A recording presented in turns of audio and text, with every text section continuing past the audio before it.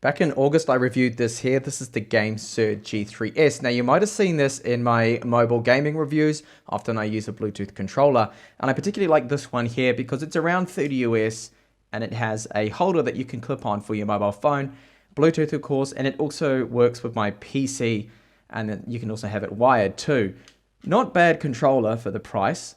So I decided I would check out the more premium version of the GameSir models that they have, and this is the G4S that I have. Now this one here has more of a, you could say, a Xbox One inspired design. It's a lot more similar, the layout, because I've changed a few things here. So this one I got from Amazon, and it's around 69 US, so double the price. I'm hoping at least double the quality. I do like the fact that it does have an integrated stand on it for your mobile, so you don't have to actually separately attach that like I always have to do with this one here, because I remove the actual stand on it when I use it on my PC. So that is well boxed up.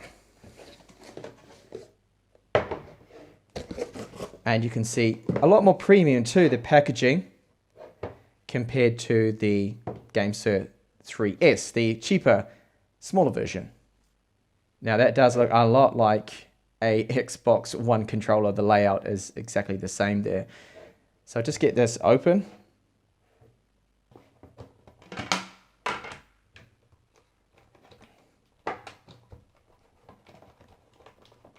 Oh, that's well placed in there. Right, got it out. That was absolutely jammed in there so tight that I literally had to rip it out of this white plastic that it was stuck in.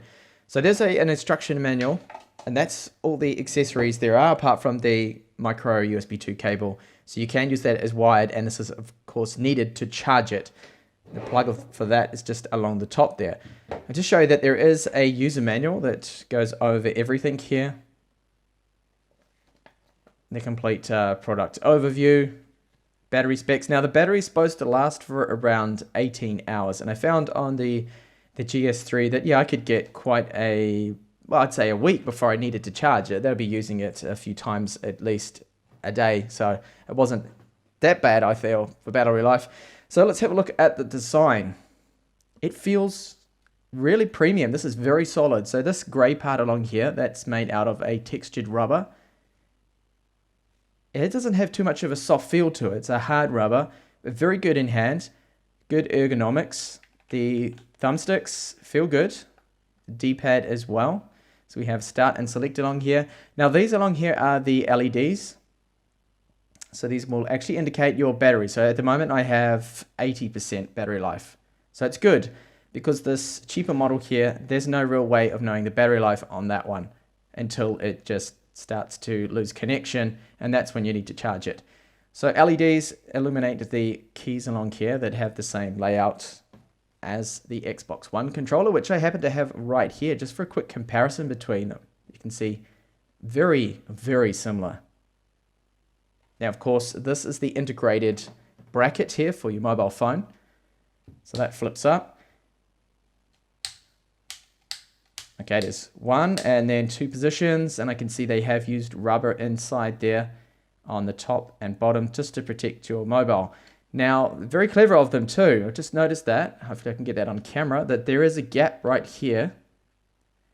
In the middle, there's a little hole, and that could suit some mobile phones that have a button right there that's in the way. For example, your power button when you place that in. So right here I have a Vivo X9, which is 5.5 inches. That fits in there, and I'm just wondering if the power button can be placed in the middle there and not triggered. Looks like it can.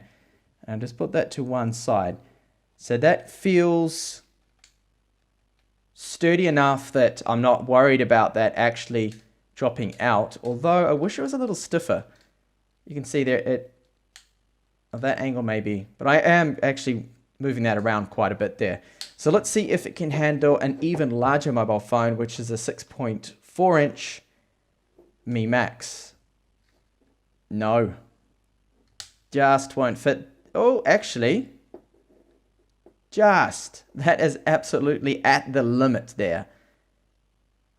I'm surprised that it can take that. So there we go. So that'll definitely be nice for gaming on such a large screen. using this controller. Now we'll test out some gaming in just a second.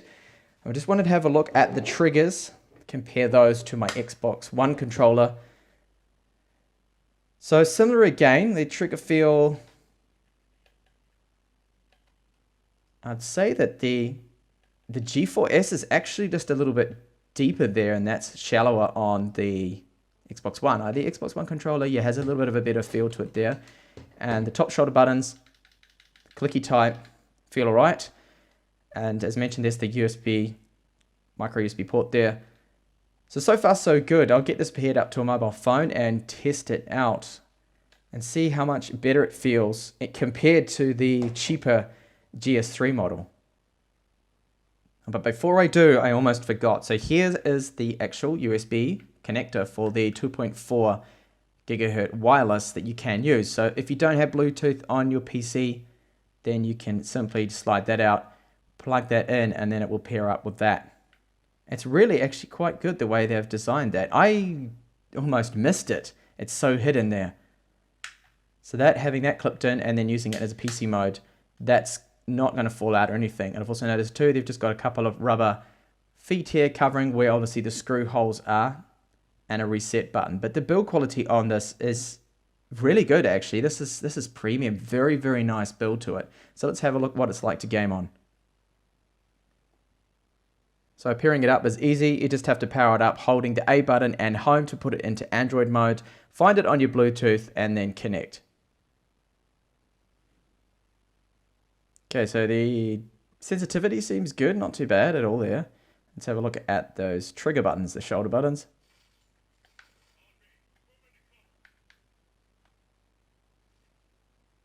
So far, so good.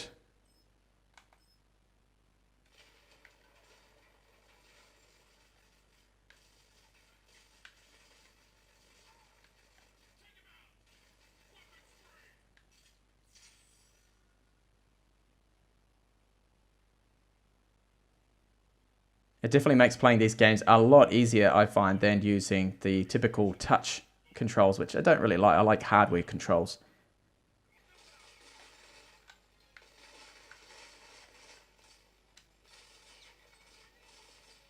That's a bad grenade throw.